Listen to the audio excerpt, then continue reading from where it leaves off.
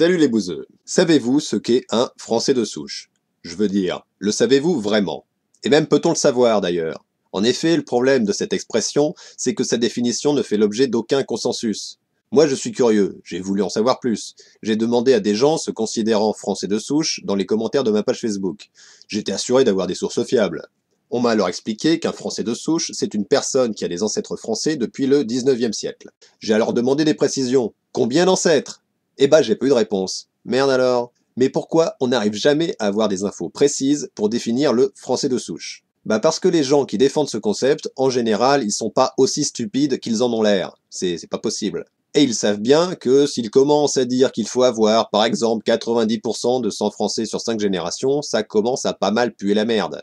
Là, on est tout de suite dans l'idée de la pureté raciale. L'histoire du XXe siècle nous ayant appris que c'est quand même un peu une idée à la con, hein, un peu quand même. La pureté raciale, c'est l'eugénisme, la déportation, les purges, les aides de 30 mètres de haut, la choucroute à tous les repas. Donc déjà, non seulement ça craint, mais en plus, ça marche même pas. On peut se demander pourquoi le 19e siècle comme marqueur.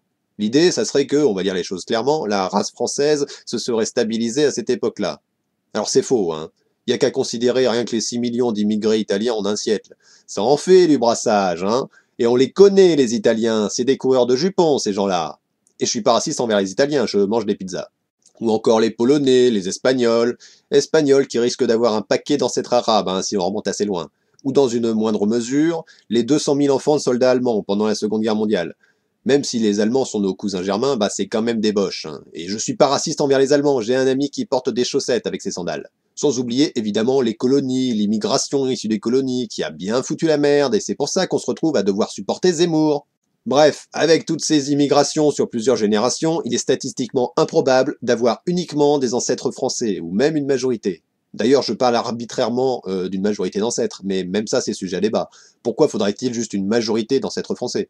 Si on raisonne dans une logique raciste, un chien avec juste une majorité de parents labrador, c'est pas un labrador pour autant, hein, c'est un bâtard.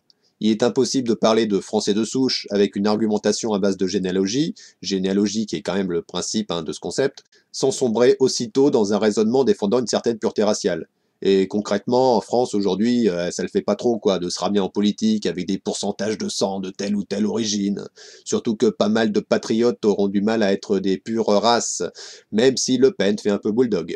Au passage, j'aime bien aussi les types qui disent qu'ils sont français depuis 20 générations. En général, ça se base sur des on-dit. Hein. Ils tiennent ça de leur grand-père, qui tient ça de sa mère, etc. Mais ils ont jamais vraiment vérifié. Si on va par là, moi dans ma famille, il paraît qu'on a du sang belge, mais on n'a jamais vérifié, et on s'en branle un peu de toute façon. Même si ça expliquerait mon goût pour la bière. Bref, en général, les types, ils ont pas vraiment un arbre généalogique abouti. À chaque fois qu'il y en a un qui me fait le coup, moi mes ancêtres sont français depuis Saint-Louis, je demande toujours de le prouver. Montre-moi ton arbre généalogique. Bah là, à chaque fois, il n'y a plus personne. Hein. C'est « Ah, mais j'ai pas à me justifier. » Bon, bah ta gueule alors. Ou alors, il y a ceux qui ont vraiment un arbre généalogique, qui remontent plus loin que leur grand-père. Et bah même ceux-là, ils se foutent de votre gueule. En effet, qu'est-ce qu'ils font? Ils remontent sur une ou deux lignées, les plus intéressantes ou les plus utiles. S'ils tombent sur un ancêtre avec un nom pas de chez nous, qui s'est marié avec un nom de chez nous, bah ils vont suivre les ancêtres du nom de chez nous, hein. Pas con. Genre Monsieur Durand en 1860 qui s'est marié avec une esclave affranchie et qui a fait 3 gosses. Bon, on va pas trop fouiner du côté de la généalogie africaine, hein. On va plutôt s'intéresser au père de Monsieur Durand qui... c'était un grand marchand qui avait plein de navires, qui commerçait entre la France, l'Afrique et l'Amérique. Il avait plein de thunes, c'est bien de réussir dans les affaires. Ou alors, ça va parler de son ancêtre mineur, pour dire que dans ma famille, on a souffert. Alors arrêtez de casser les couilles avec l'esclavage, comme si avoir un ancêtre dominé justifie de cracher à la gueule d'autres dominés. Alors que, bon, son ancêtre mineur, sûrement communiste et partisan de la grève générale, il aurait bien botté le cul de son arrière-petit-fils, ce petit connard de droite. Mais comme il est mort, on peut s'en servir comme on veut, c'est pratique les gens morts, il faudrait qu'il y en ait plus. Bref, après ce petit aparté sur la généalogie, voilà pourquoi les défenseurs du concept de français de souche ne sont jamais précis. La précision est leur ennemi, qui réduit à néant toutes leurs théories nationalistes, et expose au grand jour le fondement racialiste, voire raciste, de l'expression français de souche. Ainsi, en l'absence de toute réalité objective, le français de souche est donc un concept abstrait et ne désigne pas une population réelle, uniquement des personnes qui s'y rattachent par croyance. Une croyance que l'esprit critique et la liberté d'expression nous permettent de critiquer, de moquer, d'insulter même, au même titre que les croyances politiques ou religieuses, ce qui signifie que le français de souche est un gros bâtard.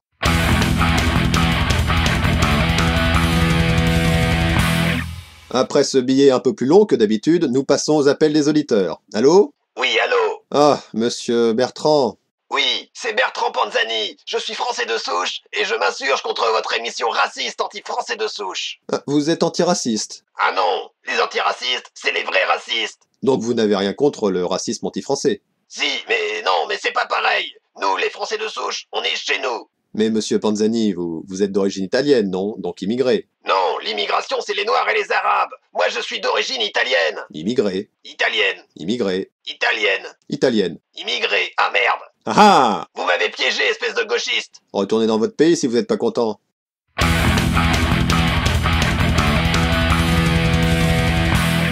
Notre émission est désormais terminée, j'espère qu'elle vous a plu. N'hésitez pas à le préciser dans les commentaires. Vous pourrez retrouver dans la description les liens pour me suivre sur les réseaux et me soutenir sur Tipeee. On se retrouve dans quelques jours pour la prochaine émission chaque dimanche et mercredi midi.